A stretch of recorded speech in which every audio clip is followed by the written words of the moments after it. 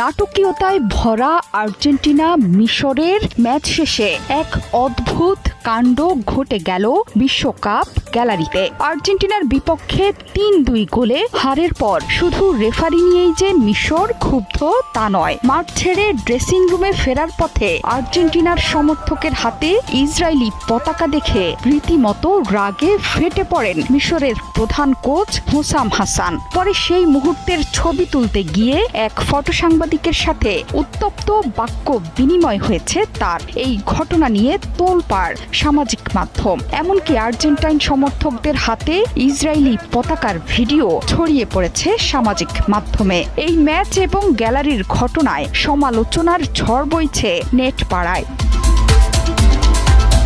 Argentine সংবাদ মাধ্যম ওলের এক প্রতিবেদনে বলা হয়েছে, আটলান্টা স্টেডিয়ামে ম্যাচ শেষে ড্রেসিং রুমের দিকে যাচ্ছিলেন হুসাম হাসান। এ সময় আর্জেন্টাইন জার্সি পরা এক দর্শককে দেখতে পান মিশরীয় কোচ, যার হাতে ছিল ইসরায়েলি পতাকা। সেটি দেখে ওই সমর্থকের ওপর ক্ষোভ প্রকাশ করেন।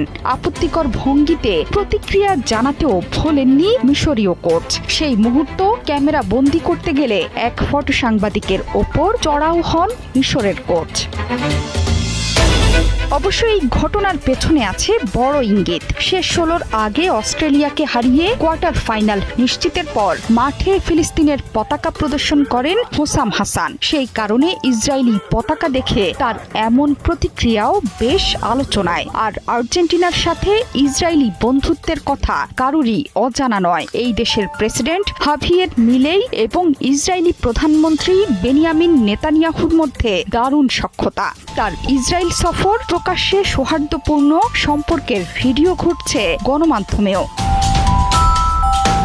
রেফারির ভূমিকা নিয়ে তুমুল বিতর্কিত আর্জেন্টিনা মিশর ম্যাচ পরবর্তী সংবাদ সম্মেলনেও ক্ষুব্ধ প্রতিক্রিয়া দেখান হুসাম হাসান। তার মতে জয়ের যোগ্য ছিল মিশর, তবে ম্যাচের আগেই রেফারির ওপর চাপ তৈরি করেছিল আর্জেন্টিনা। তারা ম্যাচের আগে এমন এক পরিবেশ তৈরি করেছিল যার ফল ভুগতে হয়েছে মিশরকে। রেফারির সিদ্ধান্ত প্রসঙ্গে তিনি বলেন, মিশরকে একটি পেনাল্টি দেয়া হয়নি, সেটি VAR-এও পর্যালোচনা করা হয়নি। দ্বিতীয় গোলটিও কোনো এক কারণে বাতিল, এটা অবিচার।